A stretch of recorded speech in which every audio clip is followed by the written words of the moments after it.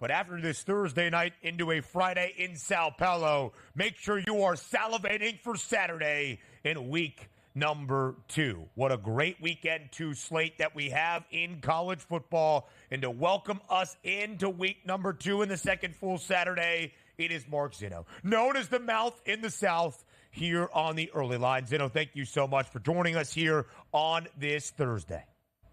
Gentlemen, it's just a wonderful day to be an American. It's a wonderful day to talk about college football. And DRS is simpatico with me today. Ben, you have your mindset on other things, so I'm sure this will be a very good segment for us.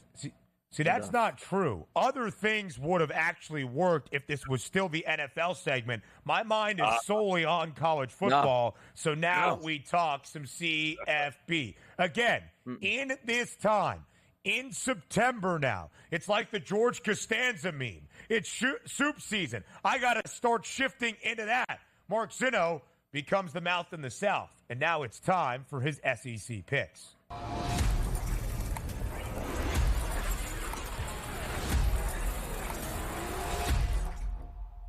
Now, you might look across the Saturday slate in week number 2 and say to yourself, there's only 2 ranked versus ranked matchups. Is it really that monumental of a weekend? A lot of good games and then a couple of great games. In both of those ranked games feature an SEC program. We start with by far the game of the week in Ann Arbor, a top 10 tilt between Texas and Michigan. Zinno, let's start with the line movement that we have seen for this matchup inside the Big House on Saturday afternoon. When the line came out earlier this summer, it was the Longhorns already booked as a 3.5-point favorite against the reigning national title winners. That caught some people by surprise. Michigan at home the last few years has been darn good. Now, after week number 1, Texas shuts out Colorado State. Michigan a little bit leaky against Fresno State in the Big House. The line is north of a touchdown. Has it worked too far in favor of Texas? I think the line is about right. You look at that total, though, you start to get into a range where you're asking yourself, how does an under come in and Texas still cover the number, right? Like you have to get into this range where you're sitting there at 28, 28-17 kind of final that gets you where it is. I mean, it's just those kind of numbers when you look at it, and I don't know that necessarily favors Texas. You have to rely on Michigan's defense here. You mentioned they were leaky, right? Like if you hit the rewind button and go back to Michigan at the beginning of last year, it didn't really look impressive in a lot of games, especially in the first half. They pulled away late, but they played a lot of close games in the first half. So if you're feeling frisky and would like to take the Wolverines here, who no doubt have a little bit of a chip on their shoulder, given the fact that the defending national champions are being disrespected as a 7.5-point home underdog to the Texas Longhorns. I look at the game script and I go, well, look, if Texas isn't in this game early, guess what? If Michigan isn't in this game early, I don't think they have the offense to play catch-up against Texas, right? So this is a first-half under. This is Michigan plus the points in the first half if you want to play it.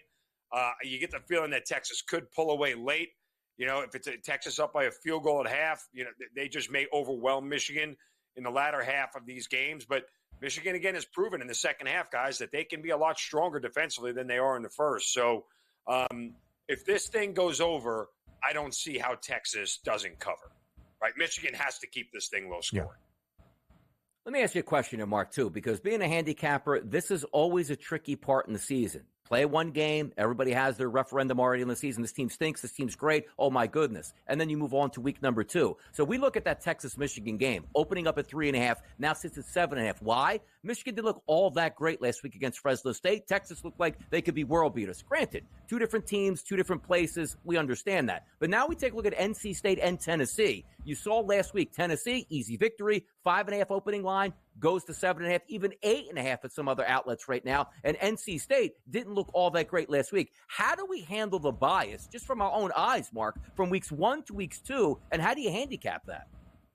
Well, you always look for the overreaction spots, right? I mean, that's one of them right there on Tennessee, given what they did against Chattanooga last week. And NC State, at one point was trailing to Western Carolina. But, let's kind of peel back the layers of that NC State game.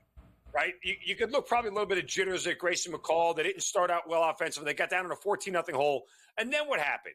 The NC State defense looks like it always looks like, and they only gave up 7 points over the final 3 quarters, and their offense finally started to get clicking. Maybe the jitters for Grayson McCall now playing in the big boy league of the ACC all of a sudden have gone away, and that's an important thing for him to be able to be more relaxed offensively in this game. You guys know, I've told you before, I think the world of Dave Dorian's squad this year. I think they're a 10-win team, and could possibly sniff the college football playoff if they get a couple of bounces to go their way from other teams and other conferences.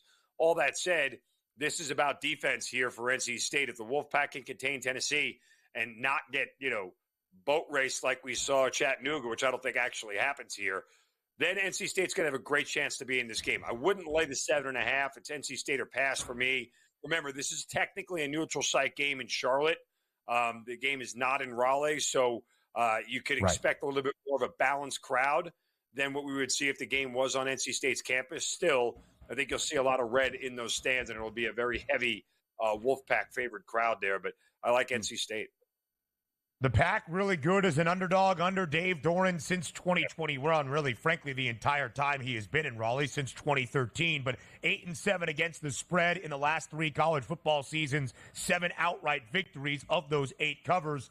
Tennessee, a great cover team as a favorite under Josh Heupel, who became the head man in Knoxville in 2021. 20-9 against the spread. 6th best cover percentage as a favorite nationally in the last 3 years. Only the 4th ever meeting between Tennessee and NC State. The first meeting since 1980 between Oklahoma State and Arkansas in Stillwater on Saturday afternoon. The Pokes, a 7.5-point favorite against the Hogs. 62.5 is the total. Zinno, how do you break down the matchup between Oklahoma State and Arkansas? I mean, Oklahoma State seems to be a team that I think is maybe slightly overvalued. I know a lot of sharp people I talk to, very high on Oklahoma State going over their win total, being a team that's in contention this year. And you get a state of transition with Arkansas, what's going on. No more KJ Jefferson. Steve Sanders gone. Like, the offense looks a little bit different. Oklahoma State, it boils down to, do you trust this offense? I mean, it's hard for me to lay more than a touchdown with a run-first offense and a limited quarterback in Garrett Bowman that makes me feel like they're not going to be able to separate from teams of like talent. Arkansas's got a lot to prove here. This is a spot here where they can go and sort of upset or at least, give a chance to be in this game against Oklahoma State. So another spot where I don't bet Oklahoma State. It's Arkansas, a pass, but I'm afraid that Arkansas might be becoming a little bit too trendy of a dog here for a lot of people in this spot, that it's starting to feel like when everybody jumps on that one dog in college football, you all run away, and the sharp square dog is now the sharp square dog, so to speak. So I like Arkansas. I just don't know if they can win this thing in the trenches. The Razorbacks shut out Arkansas Pine Bluff, an FCS foe, to start last week on that Thursday night. 70-0. Taylon Green, the Boise State transfer quarterback, 2 throwing touchdowns, 2 rushing scores. Jaquindon Jackson, the Utah transfer, in the backfield, 2 scores as well. Oklahoma State, far more impressive against a superior FCS foe, South Dakota State, the 2-time reigning national champs at the FCS level, who entered on a 29-game win streak. The Pokes won 44-20, easily covering as a 12.5-point favorite. A couple more thoughts from Mark Zinno, including our first SEC conference game of this season, and a couple of other college football discussions before we transition into some NFL season leans from the mouth in the South. That's next, live right here on this Thursday on the Early Line on SportsGrid. An SEC opener on Saturday as well. We'll get some NFL thoughts from the mouth in the South, but not before we hit every game in college football that Mark Zinno would like to discuss. Kentucky in Lexington, double-digit favorite against South Carolina, over under 42.5. This is the first conference game in the realigned Southeastern Conference in 2024. Zinno, how does it play out in Lexington? I mean, I feel like Kentucky and Mark Stoops and what they've done have put together a pretty good brand of football where they run the ball, they play really good defense, and they control the clock, and they sort of grind you down here over the course of 4 quarters. But again, for an offense like that to lay 10 points to me feels a little bit rich. What do we know about USC's offense with Lenora Sellers at quarterback and what they're capable of? I don't really know that we got an answer to that against ODU, because if it was an answer, it wasn't certainly a redeeming one, as they only won 23-19. But the aforementioned Raheem Sanders now in the backfield for the Gamecocks, and that's a guy that you want to trust. I got to look to the total here and just kind of take the first half under, and the idea that these two teams will play slow, they'll run the ball, they'll be willing to punt it away, and look at this and go, you know what, the offenses will figure it out in the second half. But with a total this low again of 42, it tells you that you're not going to see a whole lot of throwing, and what you're going to see is a whole lot of running, and it's going to be very slow at the outset. Because if they ain't going under early, they probably ain't going under late. How about that? And also, I know, Mark, a little bit California Auburn action here. High line, 9.5 to 13.5. Do you have any quick synopsis on that game for you, Mark, this weekend? On the Plains. I keep trying to get people to talk me off of Auburn here. Like, Cal hasn't won a road game against an SEC team since 2015, right? They just don't have a great offense. They're very run heavy. You know, the hard part is, do you trust Peyton Thorne at quarterback? And I genuinely don't, but I do trust Hugh Freeze in his second year calling plays and his ability to want to kind of score a ton and play a little bit faster than what they're used to. So, you know, Cal beginning the first of their many long trips to the East Coast, which as we get to later in the year, guys, we'll try to fade Cal in these spots as they keep having to come back east. But I really feel like Auburn minus 13 is the right side. I just, really got to get something to push me over the edge. The Tigers won last week against Alabama A&M 73-3, easily covering as a 48.5-point favorite. Peyton Thorne threw for more than 300 yards and 4 tuds in the opening half. Last year against Cal, though, out in Berkeley, the Tigers did win the game, and Thorne threw the winning touchdown with 6.5 minutes remaining, but less than 100 passing yards. Jaden Ott, one of the best backs in the country, he plays for Cal. Banged up last week in the Bears opener against UC Davis.